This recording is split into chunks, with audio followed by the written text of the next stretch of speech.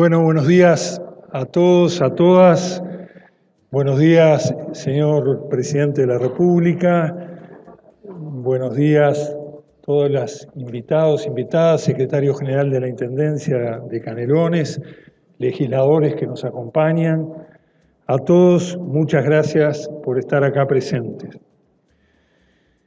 Por el bien común, por un Uruguay de excelencia.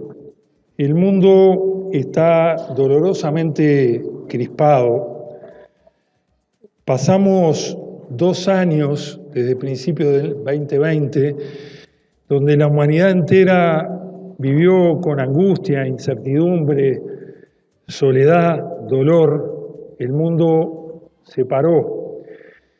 El planeta, nuestro planeta, nos habló, mejor dicho, nos gritó, y todos supimos que esta pandemia de origen viral era consecuencia de los desequilibrios de los ciclos biológicos producidos por el propio hombre, por el propio ser humano que se cree amo y señor de la naturaleza. Durante la pandemia hablamos muchas veces de una nueva normalidad. Decíamos, cuando todo este tiempo pase, habrá una nueva normalidad. Sin embargo, casi volvemos al punto de inicio.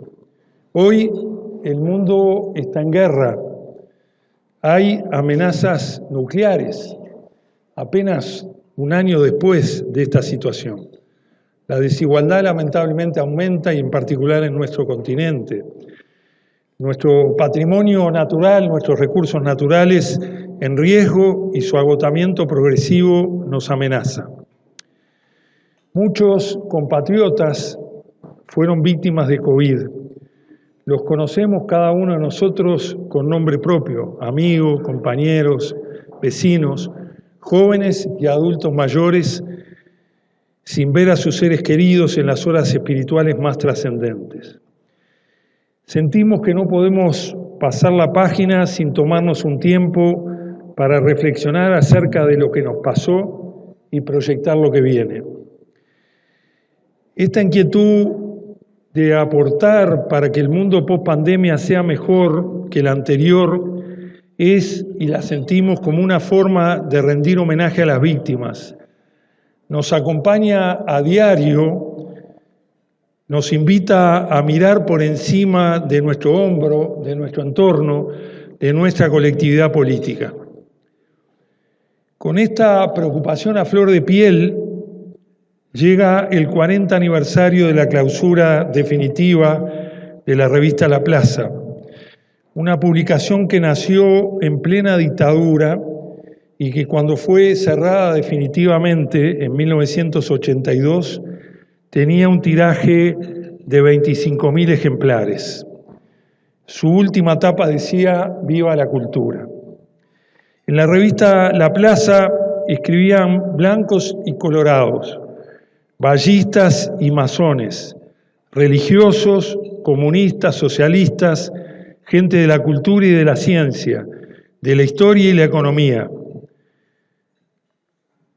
Hoy, algunos de aquellos nos acompañan para el lanzamiento de la Fundación La Plaza: Juan Martín de Posadas, Juan Espinoglio, Elena Pareja y otros.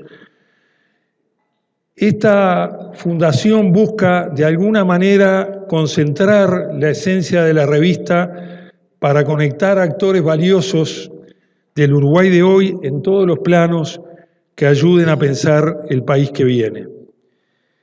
Juan Martín de Posadas escribía desde 33. Escribía Luis Hierro Gambardella, Felisberto Carámbula, que era el director, Alberto Sumarán, Luis Alberto Heber, Cacho López Balestra, Hugo Alfaro, Reina Reyes, Vivian Trías, Juan Luis II, Miguel Ángel Pareja, Washington Benavides, y 2 fundamentales pilares en la creación, en la construcción, que eran Perico Pérez Aguirre y Gonzalo Carámbula.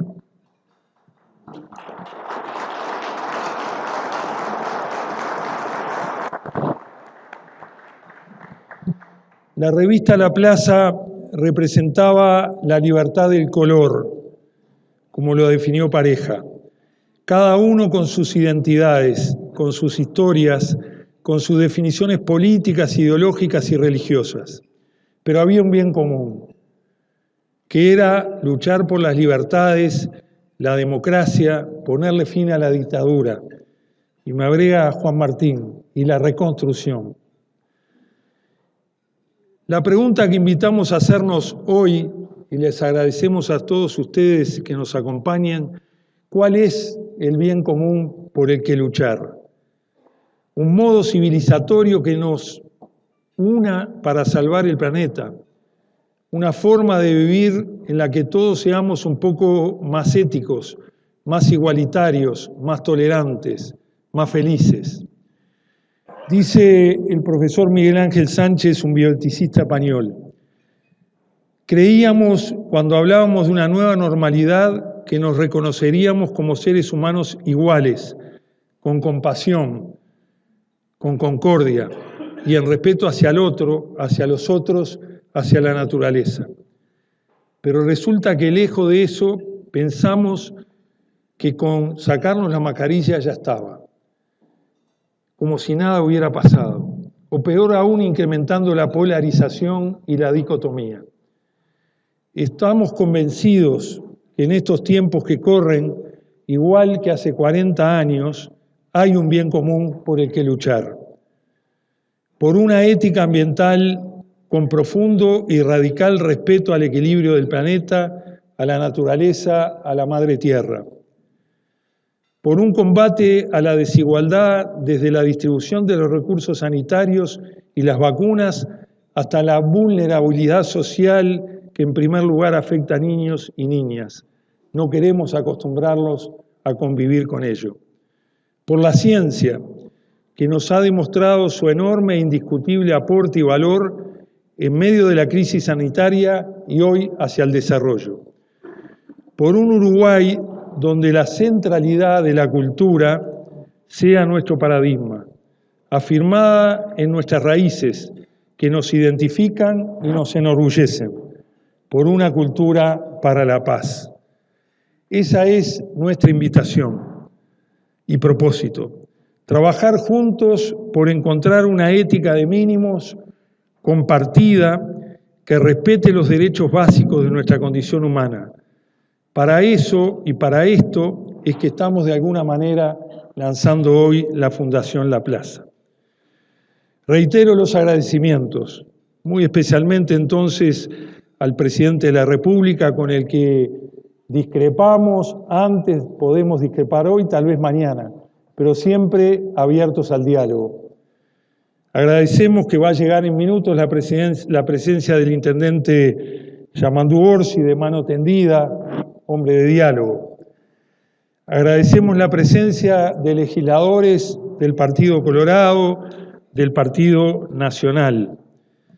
Agradecemos la deferencia generosa de los extraordinarios expositores cuyas disertaciones serán disparadoras de los temas que hoy hemos planteado. El doctor Marcelo Cafera, la doctora Jacqueline Ponzo, el profesor doctor Rafael Radi y la profesora Blanca Rodríguez. Queremos homenajear a los fundadores de la Plaza Presente y también a los actuales integrantes, un grupo de jóvenes que desde hoy se han comprometido y desde ayer a esta fundación. Queremos saludar muy especialmente a los académicos presentes, al profesor emérito de la Universidad de la República, ingeniero, es rector y decano de la Facultad de Ingeniería, Rafael Guarga, a Gonzalo Tancredi, uno de nuestros principales científicos investigadores que nos acompaña en nombre de los investigadores del Uruguay. También está al llegar el doctor Carlos Battiani, presidente del Instituto Pasteur. Queremos agradecer a todo el equipo de la Bodega Espinoglio aquí presente, desde Diego a Tatiana, principal responsable, y todo el equipo que ha hecho posible esta reunión. al equipo de organizadores al que estamos muy reconocidos, Damián Osta, Natalia Ubal de La Diaria, Erika Hoffman y Gerardo Grieco en la agencia Tinker, Carlos Ponce en la colaboración permanente. Pero fundamentalmente queremos agradecerles a todos ustedes, muy queridos amigos y amigas, que nos han acompañado en este esfuerzo. Con su tiempo, con su aporte, valoramos muchísimo que estén aquí. Nos conocemos con muchos de ustedes desde mucho tiempo atrás y mucho más allá de nuestra relación desde la gestión pública, hay una relación de amistad, de diálogo que mucho agradecemos se haga presente en el día de hoy. Quiero cerrar esta breve introducción con el recuerdo de algo que para mí fue un magnífico ejemplo.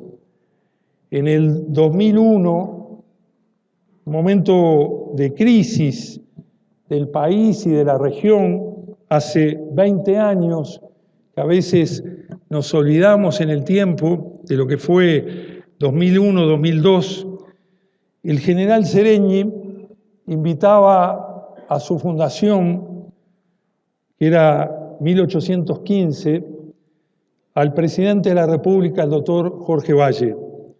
Seregni decía: es necesario la afirmación de valores sociales, éticos y morales, levantar el punto de vista, la mirada de la inmediatez para pensar otra vez en términos históricos, en términos trascendentes y poder impactar sobre el presente y el futuro del Uruguay que viene. Jorge Valle, respondiendo a su invitación, decía: pienso que estos ciclos donde se debaten ideas, en donde no siempre todos estamos de acuerdo con las expresiones y puntos de vista, es algo que le ha hecho mucho bien a la sociedad uruguaya.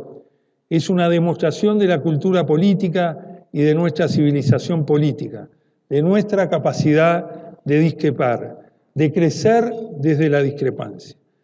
No ignoramos ni desconocemos los problemas que el Uruguay tiene hoy.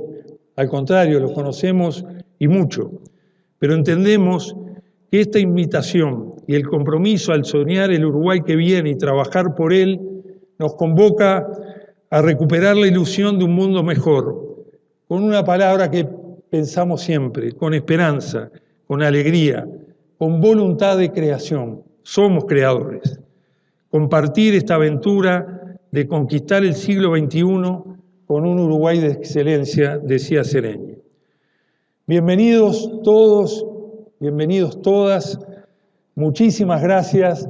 La Fundación La Plaza les agradece profundamente su presencia. Muchas gracias. Bueno, muchas gracias. Buenos días, buenas tardes para todos. Muchas gracias por la invitación. Es un honor y un placer estar aquí. Como bien dijo el doctor Carámbula en una nota en La Diaria, podemos entender las aspiraciones personales y agregaría en algunos casos son necesarias, pero el desafío es la construcción colectiva, ¿no? La construcción colectiva ha sido nuestro desafío desde siempre, como especie inteligente, ¿no? O sea, somos este conjunto de individuos heterogéneos, algunos más inclinados a las conductas prosociales, otros más inclinados a conductas más egoístas. Y el objetivo, o mejor dicho, el desafío es construir bienestar común. Esto es incluido la producción de bienes públicos o evitar producir males públicos como externalidades negativas, decidiendo todo en un marco, pero descoordinadamente, individualmente, ¿no? Dicho así, este desafío es básicamente o muy similar a la pregunta que desde el inicio de la ciencia económica se ha tratado de responder, que es básicamente cómo generar el mayor bienestar posible con recursos, incluidos los recursos naturales, que son finitos y pueden ser usados para distintas cosas y todos estos usos posibles son competitivos entre sí. De eso se trata la economía y bueno, entonces voy a dedicar los próximos 10 minutos, en base a lo que aprendí de economía y ambiente, a darles mi visión sobre el desafío que enfrentamos, en cuanto a la conservación de recursos naturales y qué es lo que sabemos y no sabemos sobre cómo resolver este problema. No era la idea, pero voy a hacer uso de algunas gráficas que espero que se vean, porque si no los convenzo de que tenemos un problema, los próximos minutos no tiene sentido que hable. Esta gráfica que ven ahí más o menos, lo que dice un par de cosas. Una es, arriba está la concentración de CO2 en la atmósfera en los últimos 400.000 años en el planeta, abajo la temperatura media del planeta. Entonces vemos que dice básicamente dos cosas. Primero, hay una correlación positiva entre ambas. Más CO2 en la atmósfera, más temperatura, menos. Lo otro que dice es que hay variaciones naturales de esa concentración y la temperatura, eras cálidas, eras de hielo. Y lo tercero que dice es que esa concentración de CO2 en la atmósfera nunca estuvo por encima de 300 partes por millón, que son gramos por metro cúbico. Esta otra gráfica dice dos cosas adicionales. Uno es que ese límite máximo de 300 sigue siendo válido si vamos 800.000 años para atrás. Lo otro que dice es que hoy, que está ahí arriba, en el extremo derecho superior, es donde estamos hoy. Y esa medición de hoy es 416 partes por millón. Me resulta un poco sorprendente que todavía escuche yo en la radio o en la televisión gente que dice que eso no tiene nada que ver con este otro fenómeno que es el incremento en las emisiones de CO2 de nosotros, los seres humanos, desde la revolución industrial. Entonces, si me creen que tienen algo que ver, tenemos un problema que es que estas emisiones aumentan la concentración de CO2 en la atmósfera, eso aumenta la temperatura y nos pone a nosotros en riesgo de cambio climático con todas las amenazas que eso significa. Este es el desafío que tenemos entonces, de acuerdo a los científicos. Reducir las emisiones en relativamente poco tiempo, a 2050, a algo cercano a cero en términos netos. Es un desafío enorme, pero es costo-beneficioso. Sobre todo si tenemos o si pensamos que somos gente muy aversa al riesgo, que tenemos una baja tasa de descuentos, es decir, nos interesa mucho el futuro, el futuro del largo plazo, e incluimos en esa cuenta económica beneficios de la naturaleza que no capta el mercado, como ser, bueno, el disfrute de un paisaje, de estar ahí afuera en la naturaleza, de lo que sea que ustedes entienden que es deseable conservar y que no es captado por ningún servicio o bien económico en los mercados, ¿no?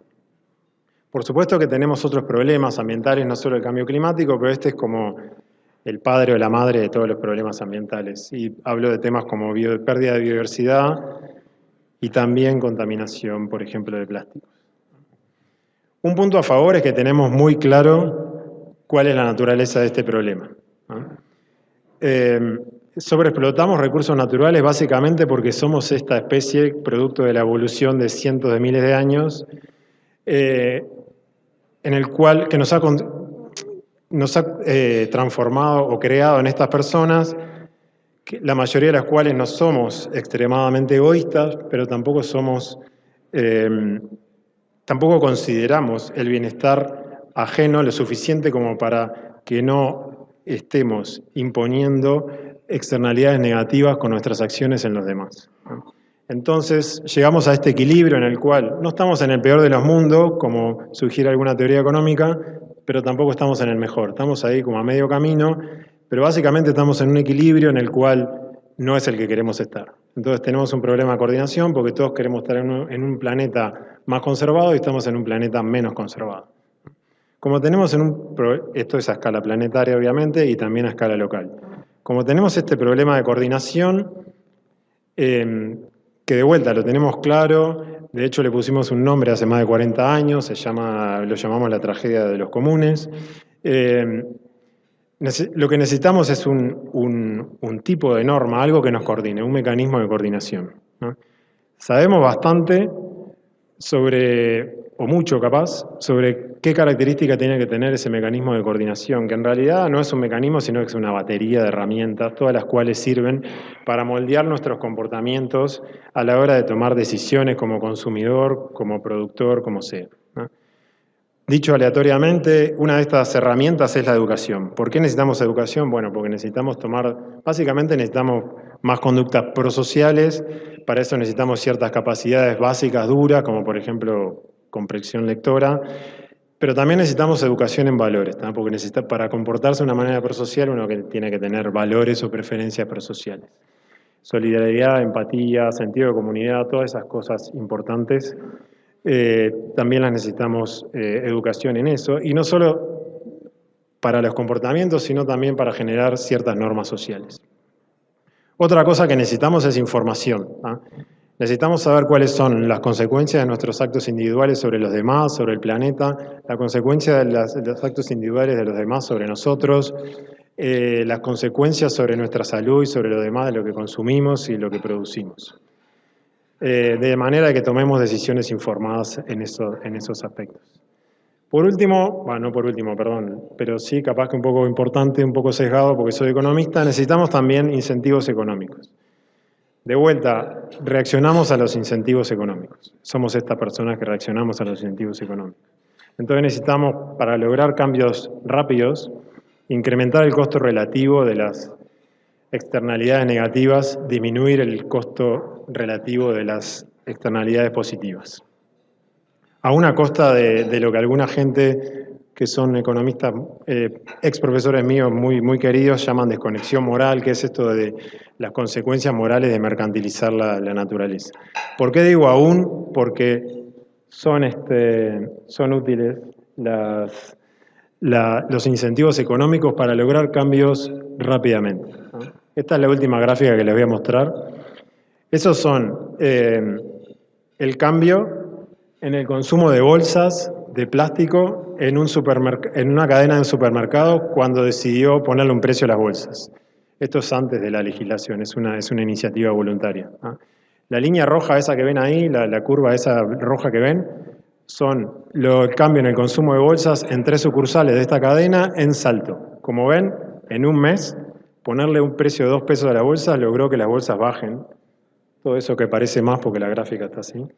90.000 bolsas en promedio 90.000 bolsas por sucursal, ¿no? De un mes para el otro. En 3 sucursales, cerca de 300.000 bolsas en Salto.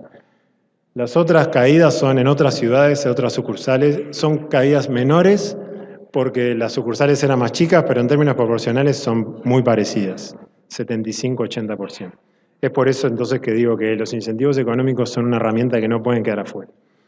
Por supuesto, también necesitamos normas para terminar con esta batería de herramientas para nuestro mecanismo de coordinación. Necesitamos normas prescriptivas, prohibiciones, estándares, esos que le gustan más a los abogados que a los economistas, pero lo necesitamos, ¿no?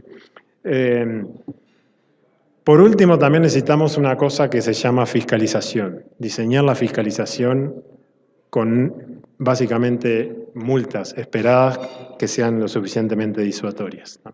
Entonces, esto es lo que sabemos, lo sabemos muy bien. El cambio climático no es distinto a otros problemas ambientales en este sentido. Es básicamente la misma naturaleza. El único problema que tiene adicional es que es a escala global y es un pequeño gran problema. Es un bien público global, entonces no hay una entidad supranacional que sea capaz por orden, implementar esta batería de herramientas, ¿no? Tampoco ayuda, por supuesto, que hay incertidumbre, no sabemos cuándo va a pasar qué cosa y en qué tamaño, cuál va a ser el impacto. Otras cuestiones coyunturales que ya fueron mencionadas, como el COVID, la guerra en Ucrania. Y tenemos también un problema de justicia, más allá del problema de coordinación, que es que no todos construimos al problema de la misma manera. Entonces hay países que quieren hacer más esfuerzo, otros, mejor dicho, menos, porque piensan que gente tiene que hacer más otros países. Como consecuencia, no avanzamos a la velocidad que necesitamos y a su vez necesitamos otro problema no menor, que es el financiamiento. Todo esto es costo beneficioso, pero igual va a necesitar de un montón de dinero para invertir y necesitamos que los organismos multilaterales y los inversores internacionales crearles reglas para que aparezca para que hagan rentables esas inversiones y los organismos multilaterales tienen que prestar plata en función de la contribución que hacen los países a los bienes públicos globales. Bueno, ¿cómo hacemos para implementar esta batería de herramientas? O sea, o mejor dicho, ¿qué es lo que destraba este problema de coordinación que tenemos? Bueno, lamentablemente le tengo que decir que no tenemos mucha idea de cuál es el problema, o mejor dicho, cuáles son las características, qué es lo que explica que en algunos lugares vayan por un camino más sustentable, y con instituciones democráticas creando bienestar, y otros países no. Sí sabemos cuáles son los problemas y por qué uno está en un lado y en otro en otro, pero no sabemos cuál es la chispa que dispara el inicio del camino. De la misma manera no sabemos qué tenemos que hacer para asegurarnos de que tomemos todo, nos coordinemos todos a nivel global, nacional, para implementar estos cambios. Sabemos que las preferencias importan, los valores morales, los precios, los ingresos, las instituciones, pero no sabemos qué es lo que dispara el buen camino del mal camino, ¿no? Hay esperanza, ¿no? Somos esta especie que evolucionó y que es capaz de cooperar cuando hay mucho en juego, entonces seguramente no lleguemos a los peores escenarios de transformación del planeta, sino que actuemos antes. Bueno, bajado Uruguay, en este contexto internacional, ¿cuáles son los desafíos que enfrentamos? Bueno, primero, medidas asimétricas por parte de nuestros socios comerciales que nos perjudican a la hora de poder colocar nuestros productos en el exterior. Un ejemplo lo tuvimos hace 2 días.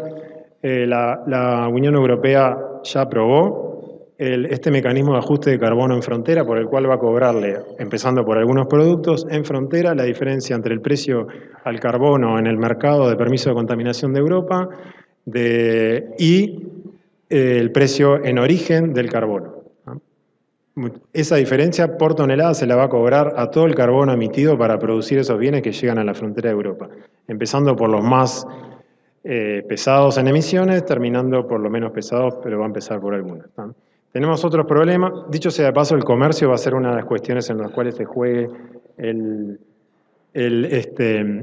tema de la arquitectura internacional de las emisiones, ¿no? Tenemos otro desafío, como las penalizaciones que recibimos por nuestros avances en materia de desarrollo. Países de menores ingresos tienen menor acceso a los recursos de nación, recursos concesionales y pérdida en preferencias arancelarias, ¿no?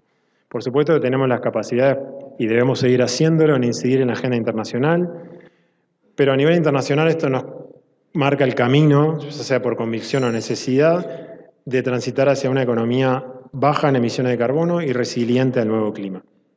Esto significa 4 cosas básicamente: reducir emisiones, adaptarse al nuevo clima y en el camino atender las consecuencias financieras de los eventos extremos climáticos que vamos a sufrir en el camino e implementar medidas para reembolsar a los hogares más pobres, que son los que van a sufrir en la transición, incluido la reconversión de los trabajadores que van a ser desplazados por las nuevas tecnologías, ¿no?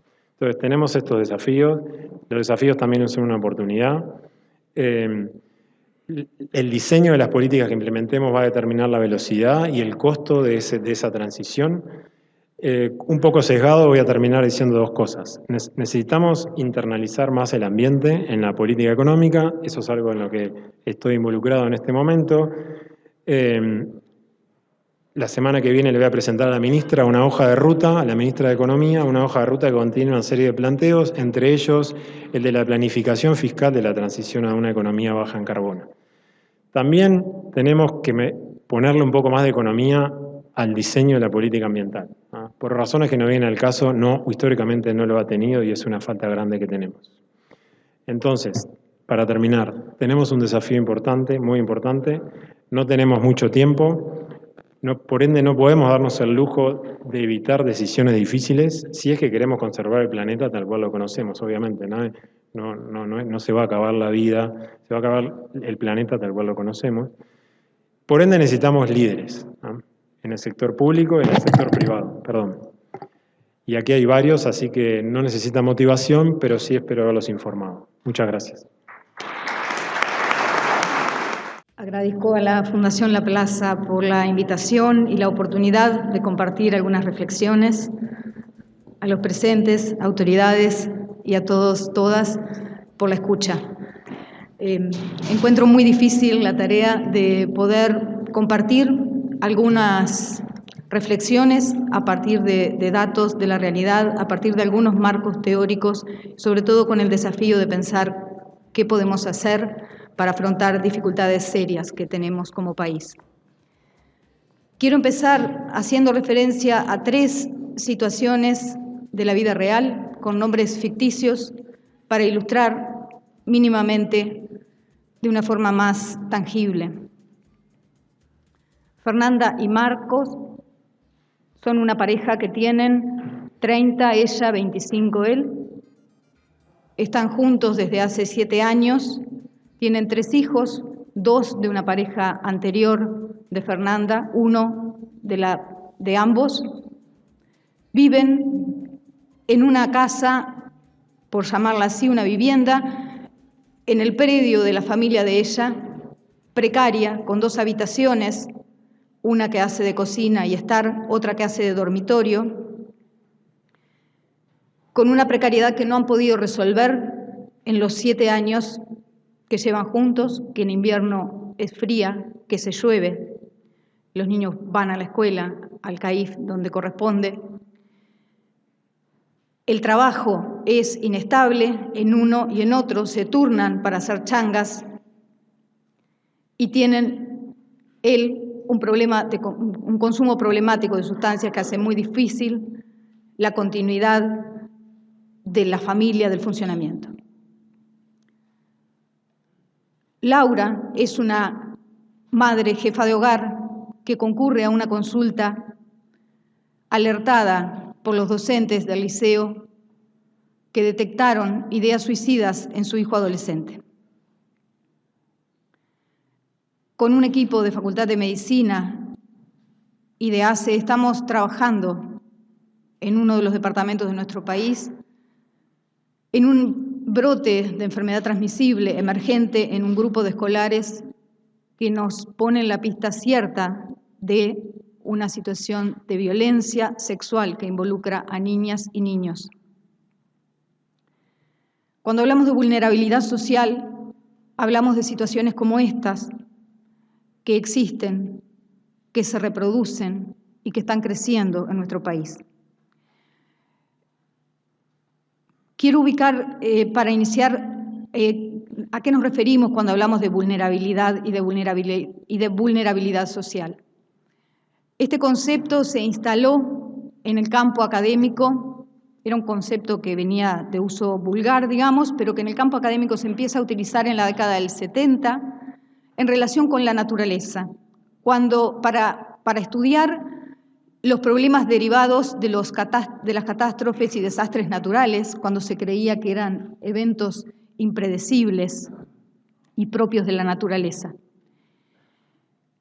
En la década del 80, a raíz del estudio de hambrunas vinculadas a inundaciones en la India, Amartya Sen introduce el concepto social en la vulnerabilidad y señala que el problema no está solamente en la escasez de alimentos, sino básicamente en la dificultad que tienen las personas para acceder a los alimentos.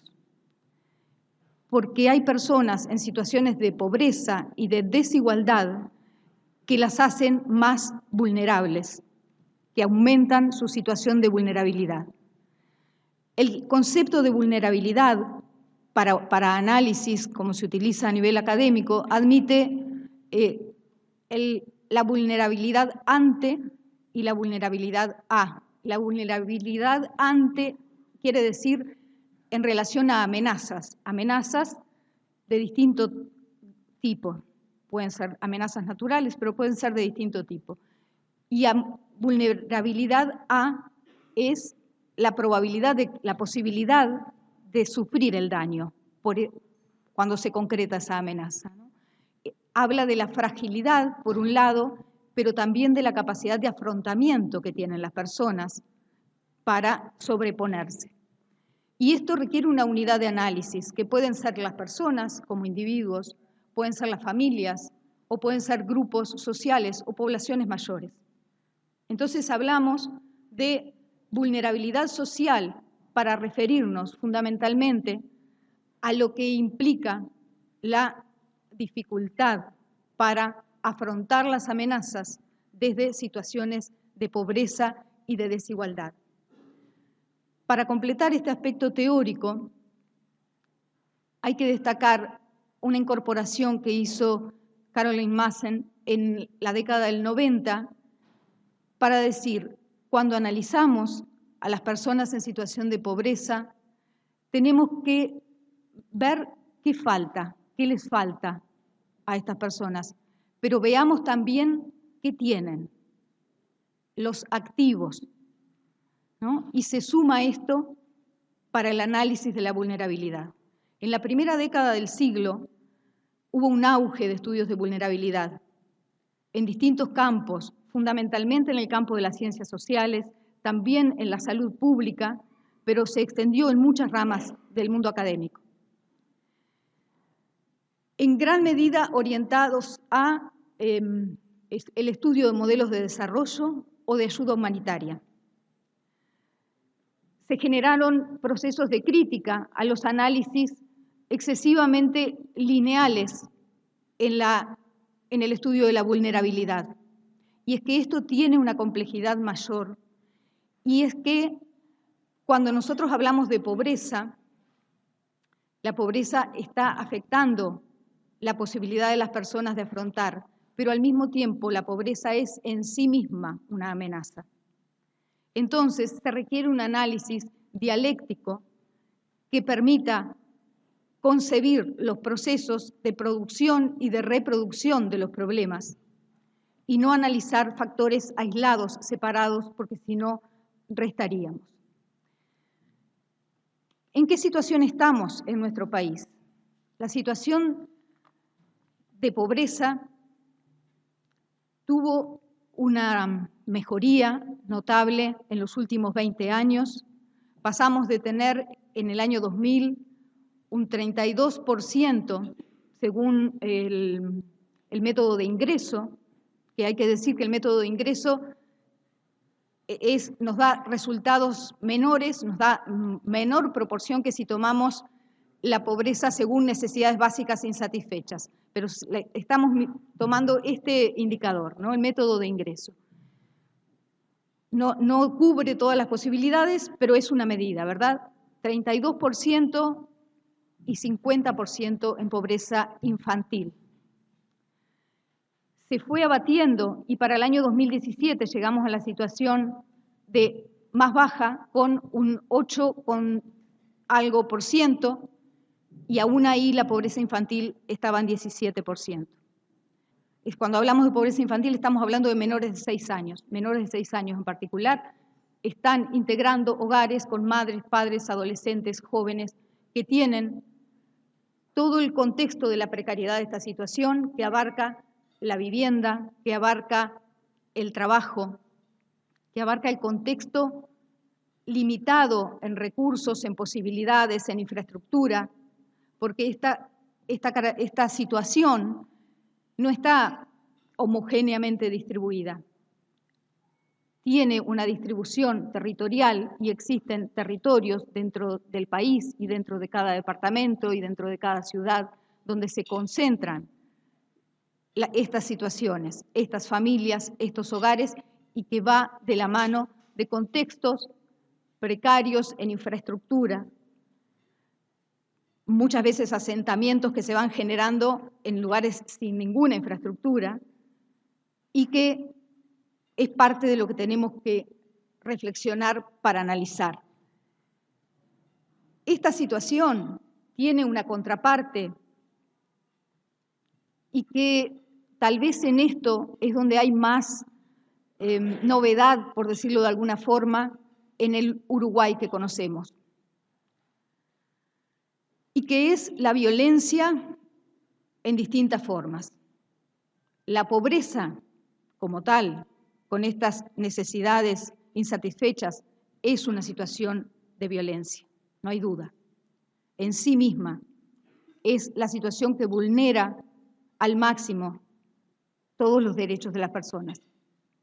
Pero sobre eso se están insertando situaciones de violencia comunitaria, de violencia intrafamiliar, de violencia sexual, que son crecientes en nuestra sociedad. Tenemos indicadores de homicidios, indicadores de tráfico y de violencia sexual con niños, niñas, adolescentes, que están en valores récords en relación a años anteriores de nuestro país, en relación a nuestra historia, y que nos están alertando para decir en qué Uruguay estamos entrando o a qué Uruguay tenemos que atender para resolver este problema de la vulnerabilidad social.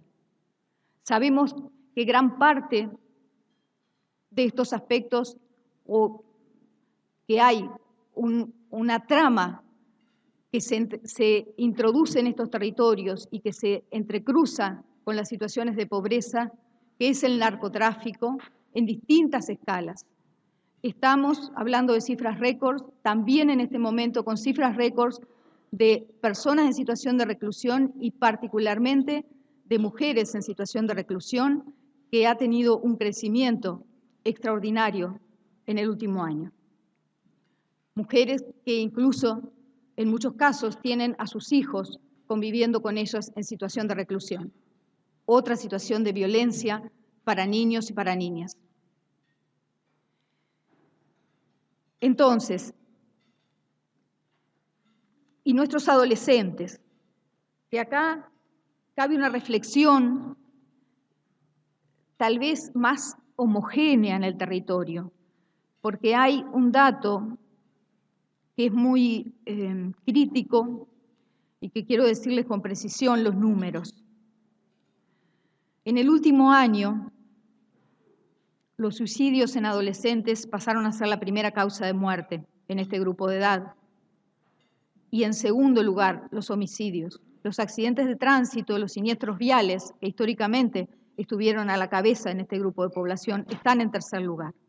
Esto habla de algunos logros en materia de seguridad vial, pero habla fundamentalmente del grave avance que ha tenido la muerte violenta en este grupo de edad.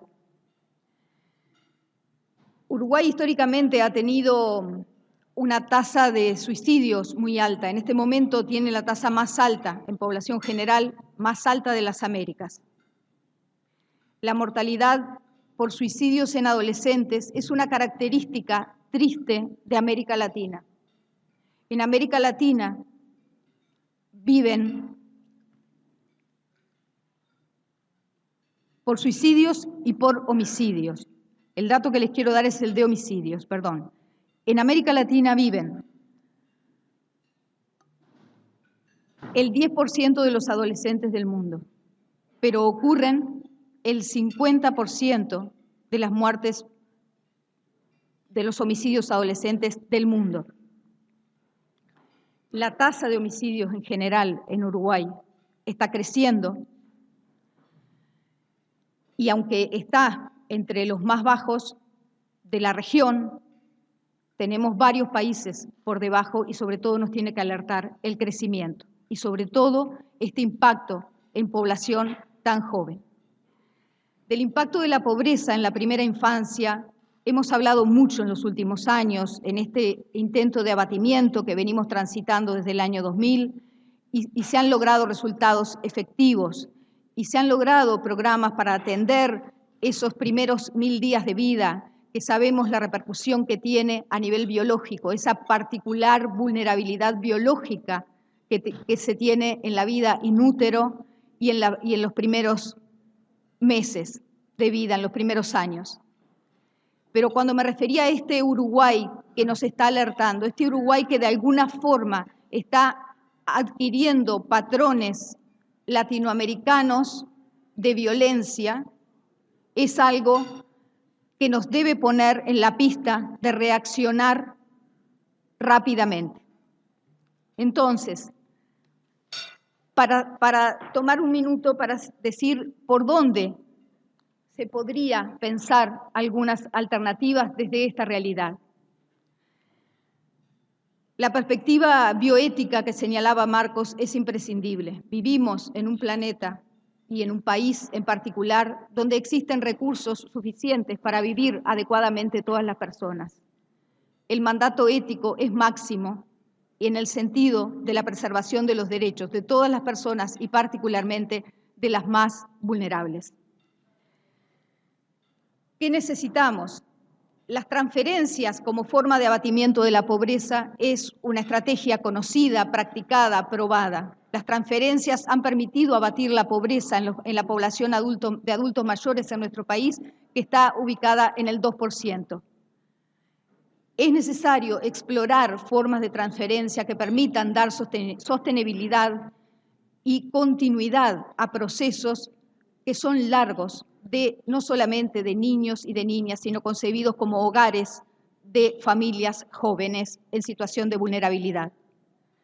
Pero deberíamos pensarnos también en un sentido de transferencias sociales, transferencias de recursos para mejorar las oportunidades en los territorios, transferencias que permitan dotar a los espacios donde está la población con mayor carencia de oportunidades, no solo de la inmediata, de la básica, del alimento, de la vivienda, sino también en espacios de oportunidades para el desarrollo colectivo, a nivel de deporte, a nivel de arte, a nivel de cultura.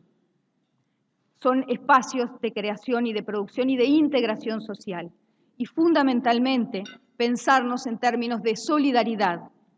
Una solidaridad que parte desde cada persona, desde los grupos sociales que integramos, desde las políticas públicas. Necesitamos políticas de nuevo tipo, acorde a los problemas que tenemos, políticas públicas que estén basadas en la solidaridad y que tengan una perspectiva territorial. Cuando decimos territorial, dos cosas fundamentalmente, y con esto termino. Por un lado, que estén arraigadas en equipos territoriales que tengan continuidad en el vínculo con la población, con las personas, y que tengan, además, continuidad a lo largo del tiempo.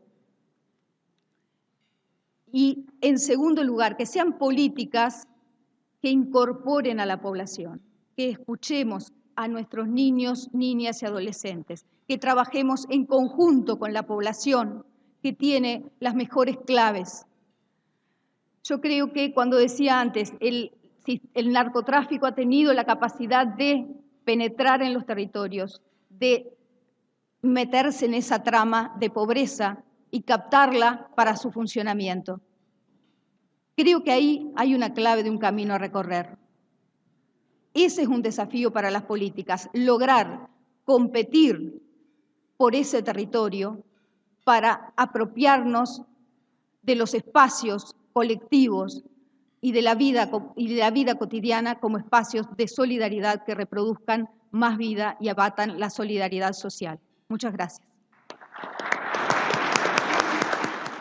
La verdad que es un gusto estar acá. Creo que es un momento de regocijo para todos nosotros, luego de un tiempo que fue sin duda muy difícil para todos. Y cuando Marcos Carámbula, a quien desde ya agradezco por la invitación y felicito por el relanzamiento de la Fundación La Plaza, me llamó para comentarme la idea.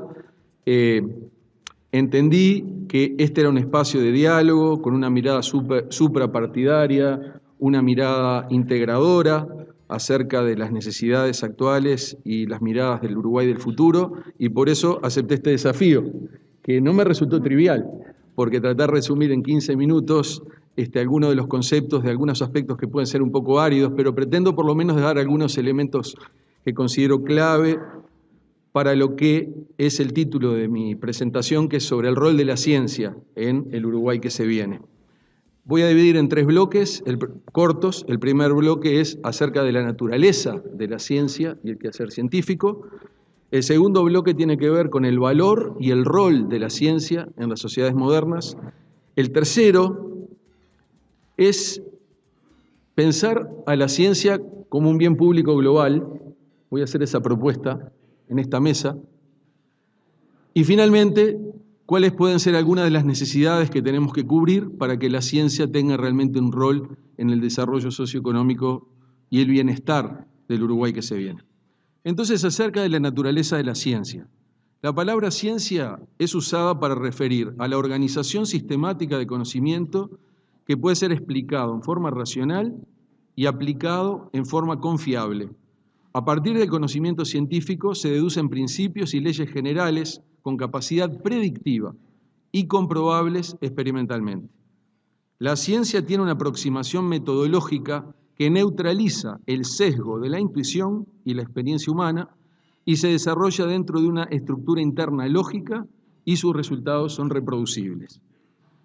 El conocimiento científico, de todas formas, siempre debe ser considerado como provisorio, sujeto a prueba, revisión y modificaciones, y no está exento de incertidumbre, aunque notoriamente el enfoque científico reduce la incertidumbre. Cuando hablo de ciencia y las disciplinas que ellas la comprenden, y esta es la estructura que Uruguay se ha dado, incluyen a todas las ramas de la ciencia, a las ciencias exactas, a las ciencias vinculadas a las ingenierías, a las ciencias naturales, a las ciencias sociales y a las ciencias humanas. Los principios generales sobre los que se basan la construcción y aportes de la ciencia deben ser considerados inmutables en el contexto general del funcionamiento de la sociedad. Es decir, deben proveer de la mejor calidad de evidencia, pero a la vez ser independientes de cualquier interferencia política, religiosa, ideológica, económica o de cualquier otra índole. Rigor, independencia y transparencia en el proceso de obtención, procesamiento e interpretación de datos y su comunicación con credibilidad hacia los pares y hacia la sociedad. Y ahí aparecen dos elementos muy importantes sobre los que no vamos a poder discutir, pero los quiero presentar, es que la ciencia tiene un ethos, que es el ethos de la ciencia, entendido como el conjunto de valores que rigen y acompañan nuestra tarea como científicos, y el otro tema es la integridad científica. La integridad científica es otro de los temas más relevantes en el desarrollo de nuestra actividad de estos tiempos. La ciencia puede crear conocimiento original que abre nuevas oportunidades de innovación en forma inmediata. También la ciencia puede resolver o mitigar desafíos emergentes, como nos ha pasado a nivel nacional y global en pandemia.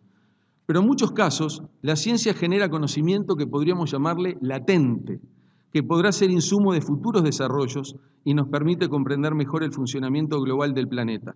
Si uno piensa en los investigadores que trabajaban en cambio climático hace 50 años, o los que trabajábamos o trabajamos en ingeniería genética y ingeniería de proteína hace 30 años, ¿para qué servía eso? Los que están trabajando hoy en los proyectos de fusión del hidrógeno, no se puede aplicar hoy.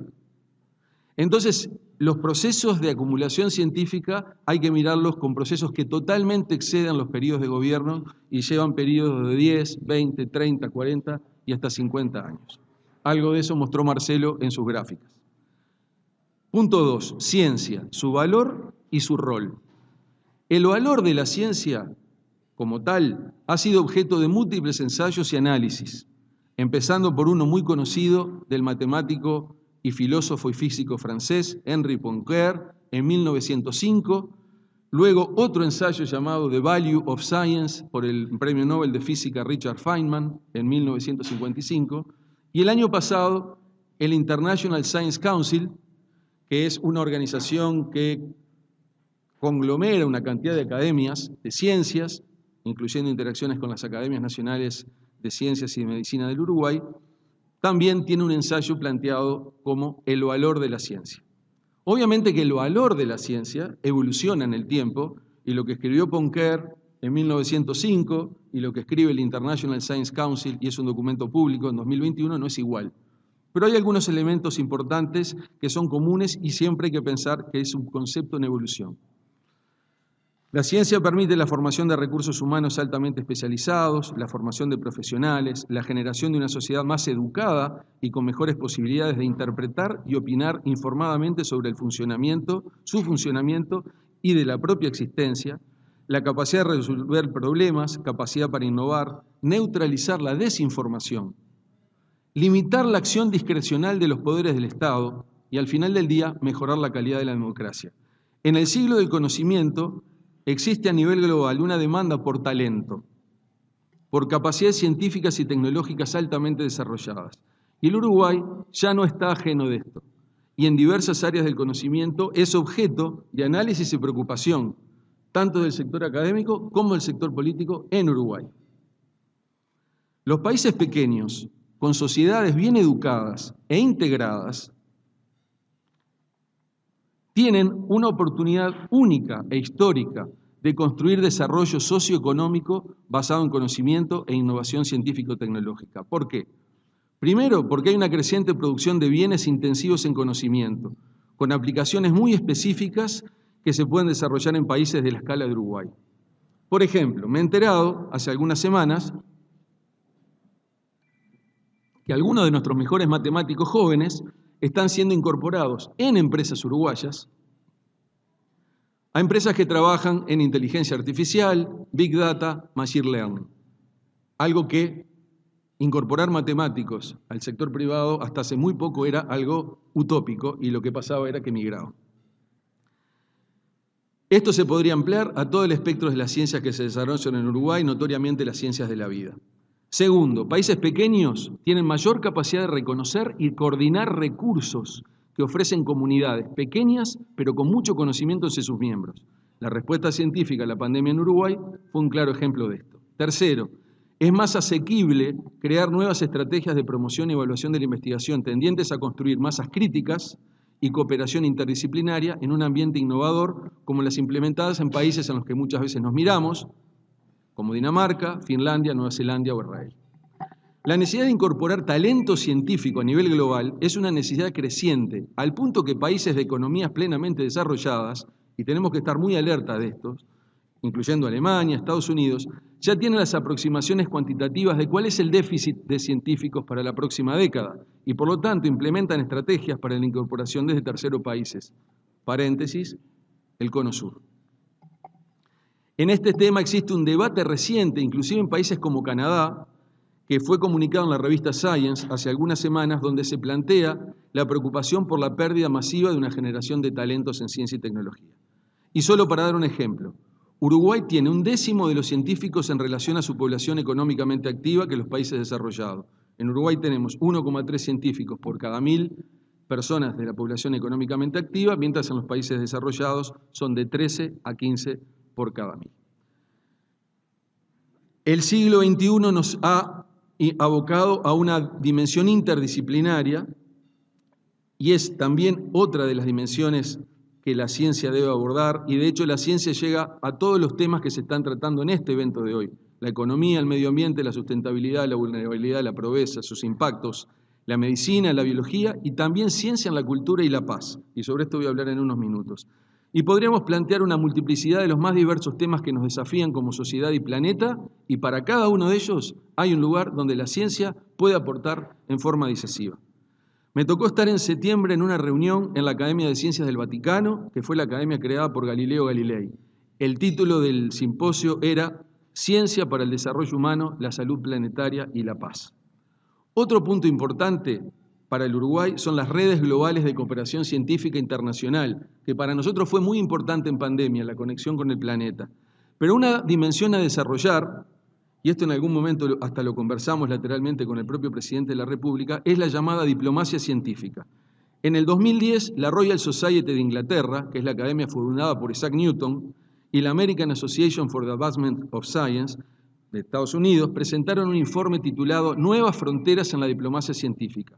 El resultado más influyente de este informe fue el establecimiento de una primera taxonomía para la diplomacia científica, que ha sido ampliamente utilizada desde entonces.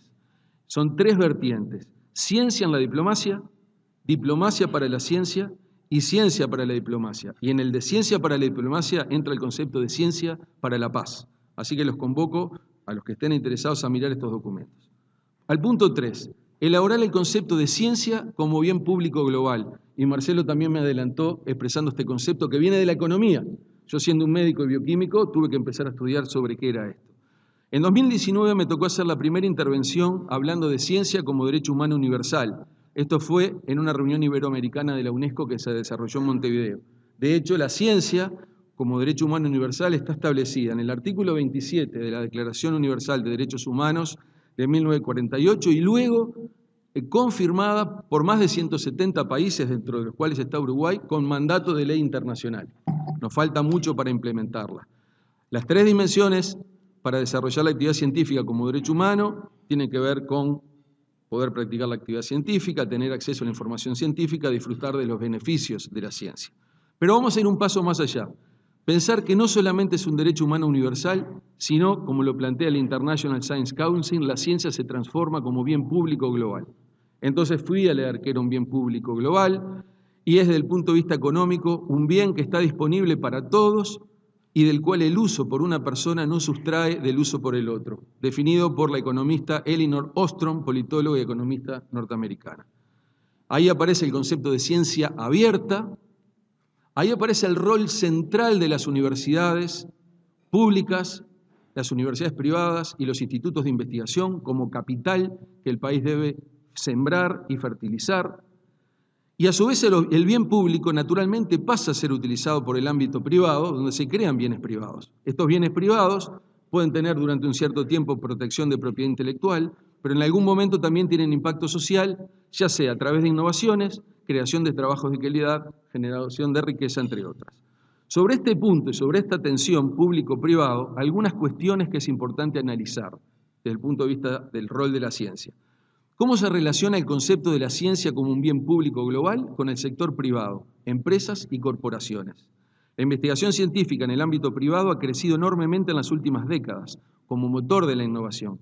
Esta tendencia se expresó en un trabajo de Peter Drucker, profesor de negocios austríaco, abogado de carrera, considerado el mayor filósofo de la administración del siglo XX, quien escribió, entre otros temas, sobre la sociedad del conocimiento, y el profesor Drucker argumenta: el recurso económico básico, el medio de producción, ya no es el capital,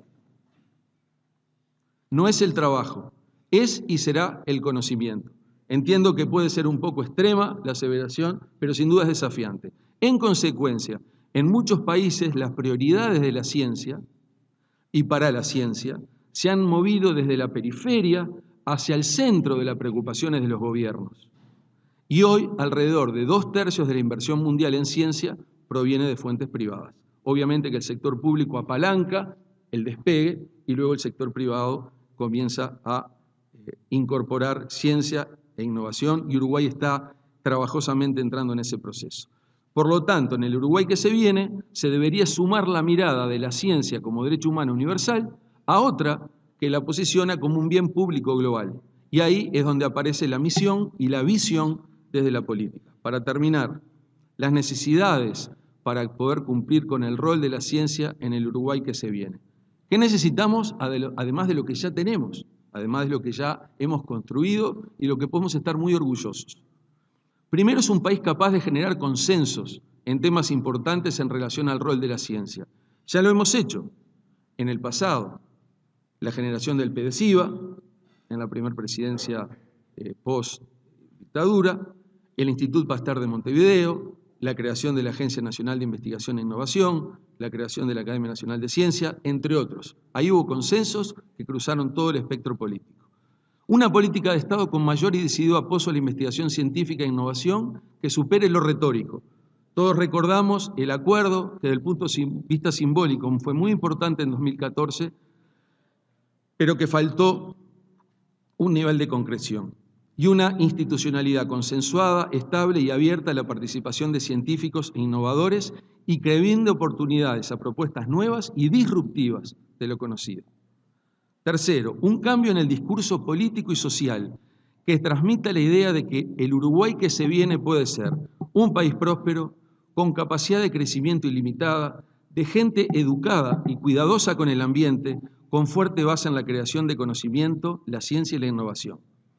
Establecer, por lo tanto, un contrato social para la ciencia, identificando en ella y al sistema científico en su conjunto, científicos, universidades, instituciones de investigación, como motores del desarrollo y del bienestar nacional, y construir conjuntamente horizontes de desarrollo científico y su aporte social de mediano y largo plazo.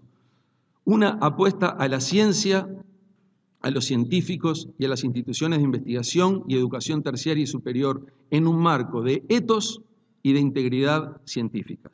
Un contrato social de una densidad, no estoy hablando de tamaño, estoy hablando de densidad, similar al que tenemos con la educación y la salud, por nombrar dos áreas cruciales para el desarrollo del país.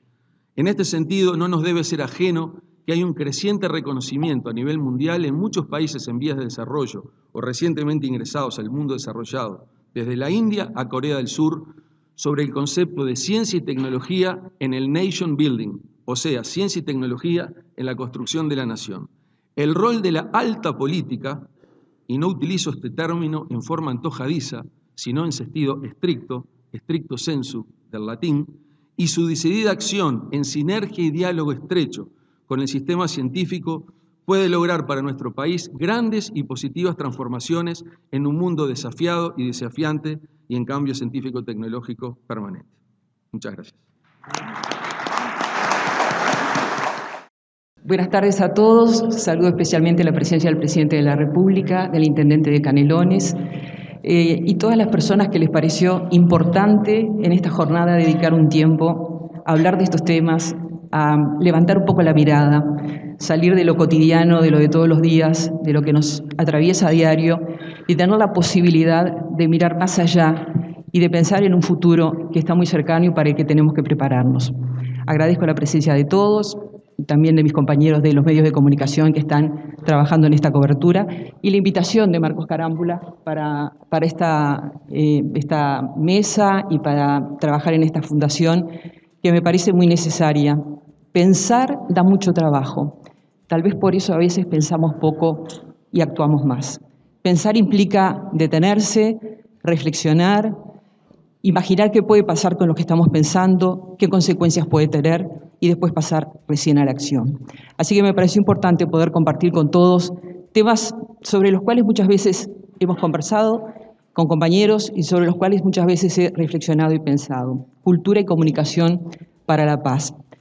Obviamente no voy a empezar con definiciones ni de cultura ni de comunicación porque todos saben perfectamente lo que significan. Y en lo que tiene que ver con la paz, mis compañeros de mesa ya adelantaron muchos de los conceptos que están involucrados.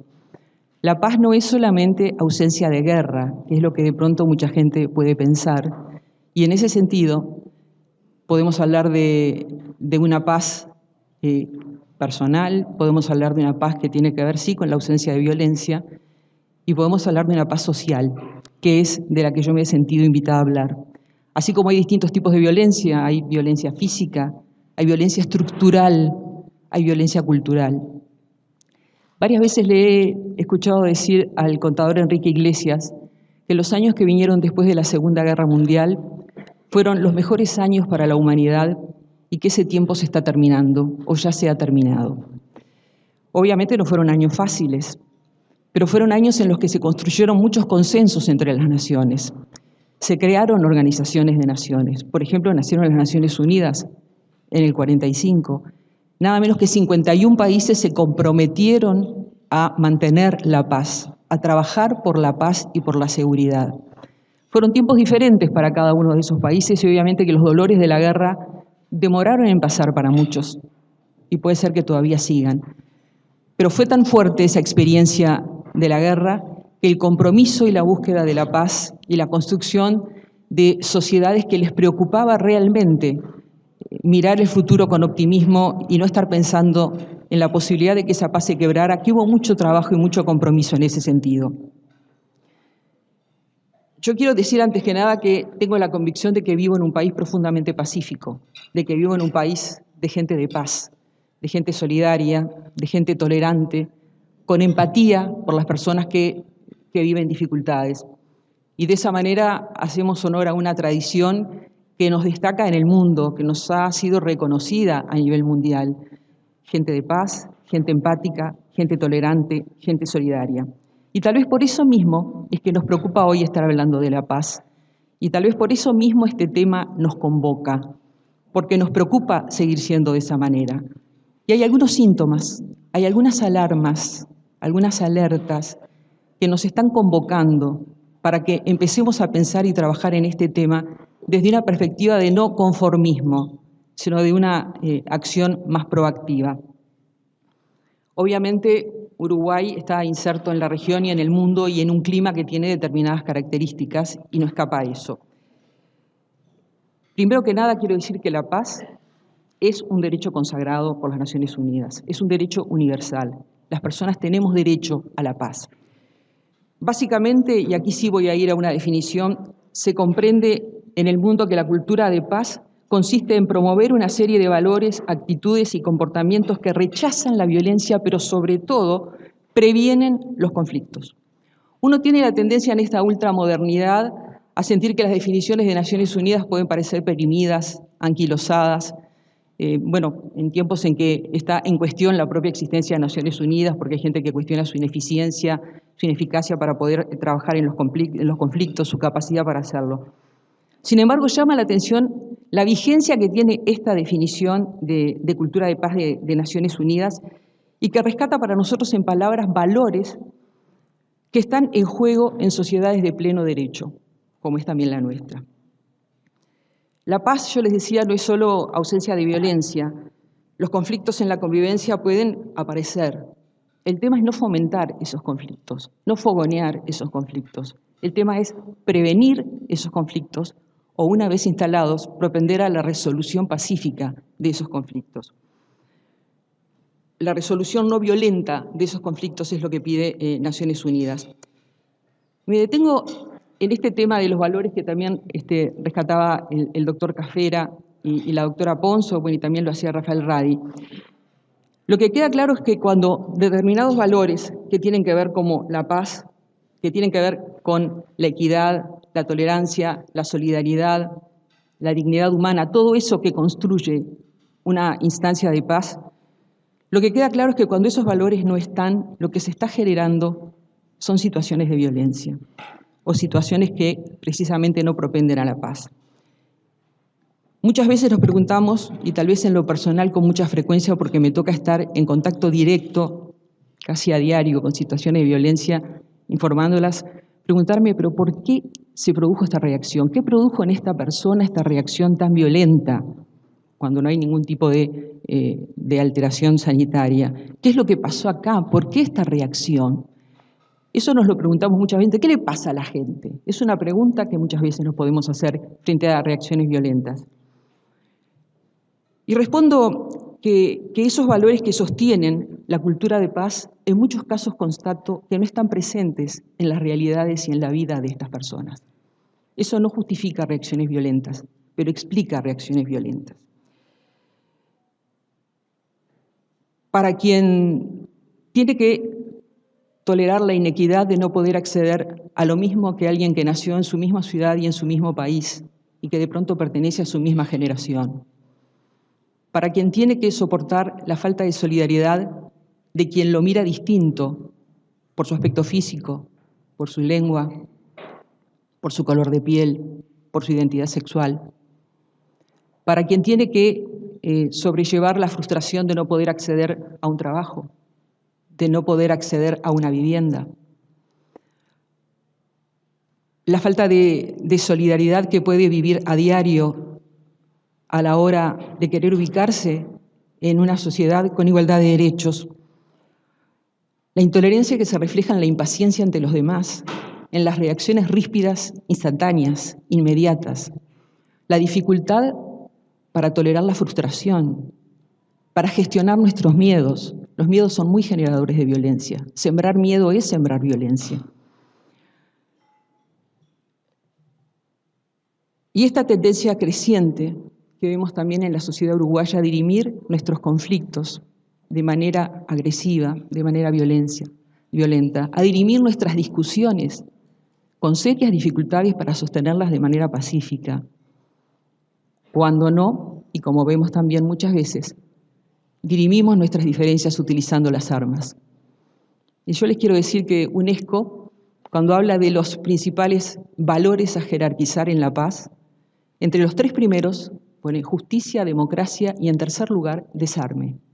La presencia de las armas como un elemento que propicia la ausencia de paz y la generación de violencia. Nosotros tenemos algunas percepciones de nosotros mismos como sociedad que a veces acomodamos a las circunstancias. El extranjero turista que viene en un crucero, que viene a comprar, que viene a pasear, tiene de nosotros una muy buena imagen, la misma que nosotros tenemos de él. Sin embargo, en el diálogo con la gente que trabaja en organizaciones vinculadas a los recientes migrantes, por ejemplo, la organización Idas y Vueltas, No es esa la percepción que tienen quienes han venido en los últimos años a vivir en nuestro país. Nosotros sí tenemos una buena percepción. La última encuesta muestra de la Facultad de Ciencias Sociales que el 85% de los uruguayos tenemos una muy buena impresión de cómo tratamos a los migrantes. No es lo que dicen los migrantes en esa organización o en sus contactos. La migración ha sido una prueba de fuego para los uruguayos. Lo fue también en el siglo XX, esas generaciones de europeos, sobre todo, que llegaron a nuestro país. Que no fue fácil, y lo digo por experiencia personal por mis padres, pero sin embargo, en ningún caso esos emigrantes hablan de una sociedad que no los haya acogido con tolerancia, con solidaridad, que los haya acompañado en el proceso de adaptarse y de incluirse en nuestra sociedad. La realidad hoy es distinta. Por eso digo que la migración de nuestro propio continente latinoamericano nos ha puesto frente a un espejo que nos desafía muy especialmente desde el punto de vista humano y que no nos devuelve la mejor imagen de nosotros mismos. Todo indicaba en este mundo globalizado que las fronteras se terminaban, que todos íbamos a estar intercomunicados.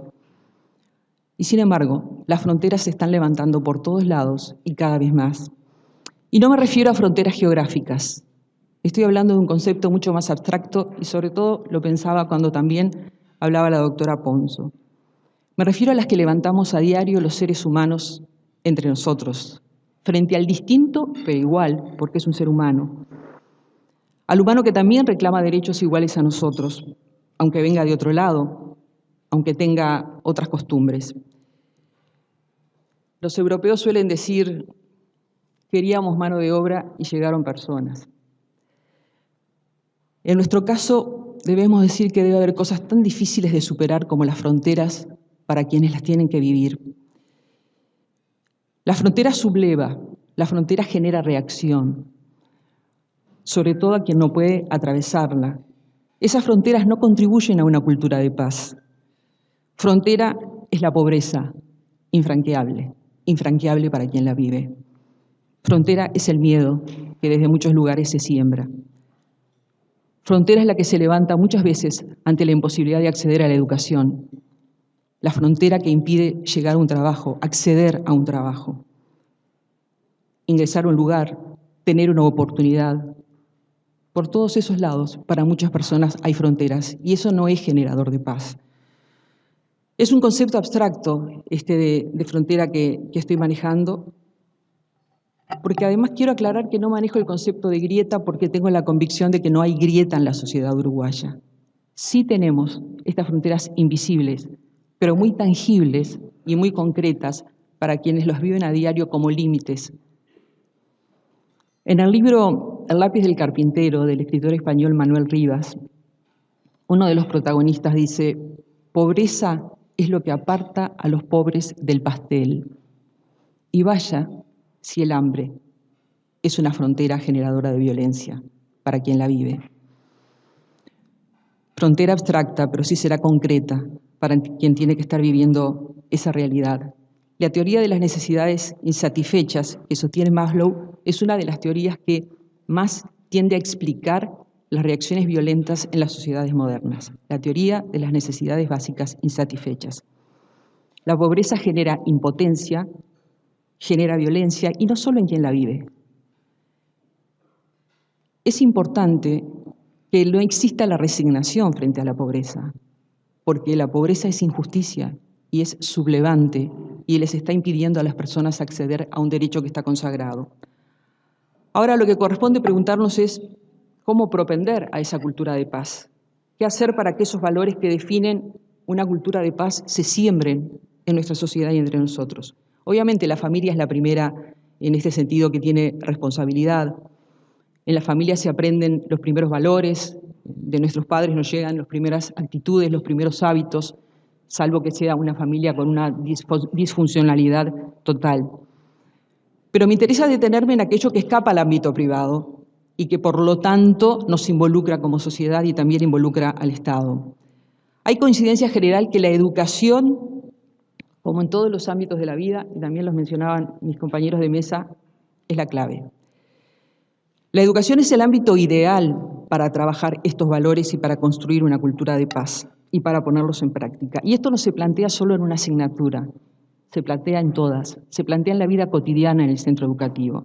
Nicolescu habla de la transdisciplinariedad para trabajar estos temas que tienen que ver con construir personas críticas, personas que sepan trabajar en la búsqueda de soluciones, personas que puedan pensar con capacidad propia. Así como muchas veces las reacciones violentas se imitan y las conductas violentas se imitan, Nicolescu también dice que las personas pueden aprender a reacciones pacíficas y acciones pacíficas y reaprenderlas en caso de que las hayan perdido. Y aquí, además de todo lo que tiene que ver con lo que se pueda trabajar desde el punto de vista transdisciplinario, está el funcionamiento acorde del centro educativo a esta situación. Un centro educativo que no puede permitir que la trama burocrática institucional le impida a las personas acceder a la educación. Que no sea dificultoso inscribirse, que no sea dificultoso revalidar estudios. Este es todo un tema en nuestro país, el de la revalida. Eliminar esas fronteras es un gran desafío. Las fronteras de las tramas institucionales que dificultan el acceso de las personas. Y dicen, no, pero es público, está ahí. Sí, pero no es tan sencillo, aunque sea público y esté ahí. Pero además hay que generar en las familias la conciencia de que la educación es clave. Las familias que no mandan a sus hijos a las escuelas, aunque les den de comer, es porque no tienen la convicción de que la educación sea clave, porque no se lo hemos sabido demostrar. Las personas que se han salido del sistema educativo porque no se han sentido incluidas, porque lo que allí se hablaba no tenía nada que ver con su vida cotidiana, con su mundo de posibilidades, esas personas tampoco sienten que la educación sea una herramienta y un instrumento para crecer, para mejorar, para salir de esas situaciones de tantas fronteras entre las que viven. Y es clave esto para tener paz en la sociedad. Por lo tanto, hacer llegar este mensaje con la acción y con la palabra, porque las palabras y las acciones tienen que conciliarse. El discurso tiene que conciliarse con lo que hacemos. Es clave lo que puedan hacer los referentes de la sociedad, esas personas que desde distintos ámbitos logran visibilidad, son claves para dar este mensaje, para actuar este mensaje.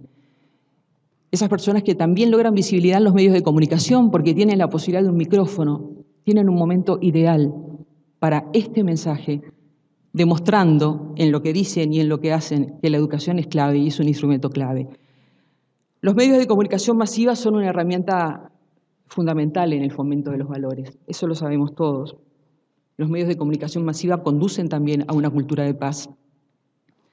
Históricamente han sido fuente principal de información, permeando la concepción de la realidad para la gente, para la sociedad y para el público. La relevancia es total, incluso no solo en la forma de percibir y mostrar el mundo que tienen los medios de comunicación, sino también en la participación que tienen. Los medios no son meros observadores de lo que pasa en la sociedad, ni meros reflejos de lo que pasa en la sociedad, participan en estos procesos. Y aquí entra el tema de la ética de los medios y la ética de los profesionales de los medios. Ryszard Kapuscinski, que seguramente lo sintieron nombrar, un maestro de periodistas muy connotado, siempre dice que quien no sea una buena persona no puede ser un buen profesional en nada y mucho menos en el periodismo. La ética de los profesionales es la que establece aquí cómo y desde qué lugar y de qué manera comunicar para contribuir a una cultura de paz. Los medios en buena medida reflejan lo que pasa, sí, pero hay algunos elementos que son claves y que pueden ser constructivos o no, que pueden ser edificantes o no. El lenguaje que se utiliza, las palabras que se eligen, los énfasis, los tonos, las imágenes en el caso de la televisión. Hay una gran responsabilidad allí en lo que se produce y en lo que se reproduce, porque está el riesgo de reproducir estereotipos que generan una virulencia especial. El estereotipo de las mujeres siempre en el cuidado y los hombres en la oficina. El estereotipo del desprecio de determinadas minorías con determinadas características. En vez de fomentar la empatía por valores que construyen paz, allí se ponen en riesgo. Y está también el riesgo de ser utilizados por quienes, como hábiles declarantes en el momento del uso del micrófono, no tienden con su discurso a propender a una cultura de paz. El problema es hasta dónde eso lo permitimos. El problema es hasta dónde eso lo queremos. El rol de los medios en la creación de una cultura de la paz, entonces, además de la educación, es otro de los desafíos que tiene nuestra sociedad. Pero aquí aparece enrabado el tema de las redes sociales. Y acá voy a hacer una digresión, porque muchas veces se compara el periodismo actual con el periodismo de antes.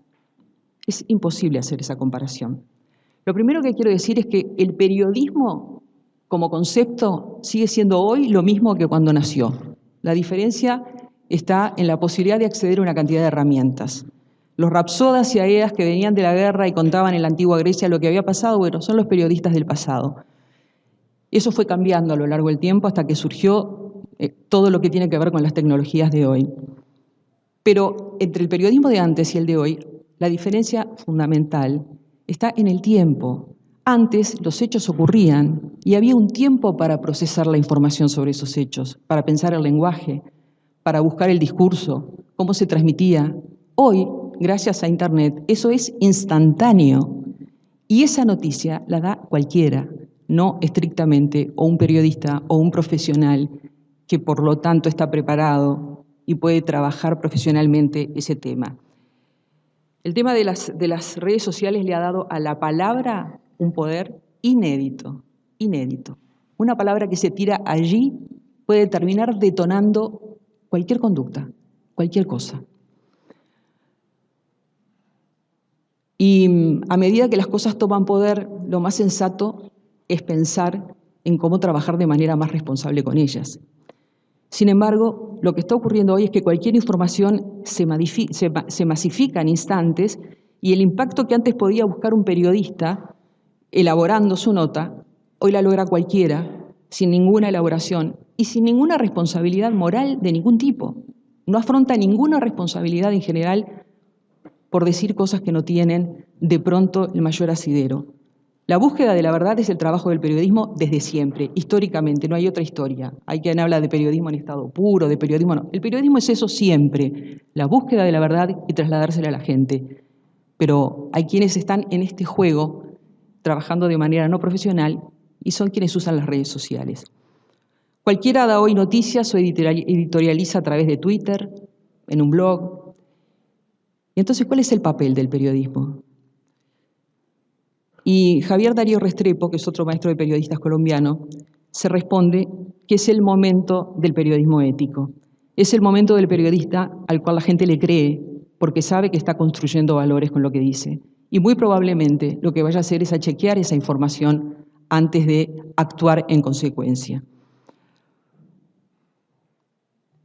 El fenómeno de las redes sociales es un fenómeno en el que con total impunidad algunas personas identificándose, otras no, actuando en el anonimato con absoluta cobardía, dan información, transmiten hechos, fomentan el odio, cuestionan instituciones, ridiculizan personas, ridiculizan profesiones, le faltan el respeto a la verdad, fogonean la reacción violenta.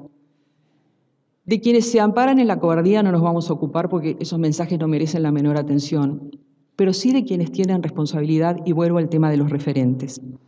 Vuelvo a los referentes que usamos las redes sociales, que usan las redes sociales. Miren, lo que se dice en Twitter no queda en Twitter. Lo que se dice en el mundo de Twitter no queda en el mundo de Twitter. Trasciende, sale de allí, tiene su efecto. Allí hay mucha cultura antipaz. Todos esos valores que incluye Naciones Unidas en su definición, y que yo diría que en 1945 estaba lejos Naciones Unidas de pensar en redes sociales, pero lo de prevenir el conflicto, lo de buscar evitarlo, parece que es un elemento que justamente no es lo que se está presentando a nivel de las redes sociales, y me refiero sobre todo a Twitter, porque es básicamente lo que utilizan los referentes en las sociedades occidentales. Aquello de no alimentar el conflicto, sino prevenirlo, en muchos casos, si ustedes miran Twitter, es exactamente lo contrario. Aquello del respeto por la dignidad humana, en muchos casos es también todo lo contrario. Y sale de Twitter porque es trasladado a redes más populares o porque los medios de comunicación también muchas veces lo divulgan. Si reprodujéramos ahora, acá, muchas de las cosas que muchos de nosotros escribimos en Twitter, seguramente veríamos cuántas contradicciones hay con la creación de valores que propendan a la paz. Y estas mismas personas, generalmente con buena educación, entre las que me incluyo, no están mostrando que ser educado es atractivo, es importante. Precisamente estamos mostrando lo contrario, porque también allí se juega el valor de la educación, cuando digo lo que decimos y lo que hacemos. Y aquí hay otro desafío que es también para los referentes, porque obviamente que en una sociedad todas las personas estamos obligados a cuidar la paz, a evitar todo eso que genera reacciones violentas, pero algunos están más obligados que otros. Muchas gracias.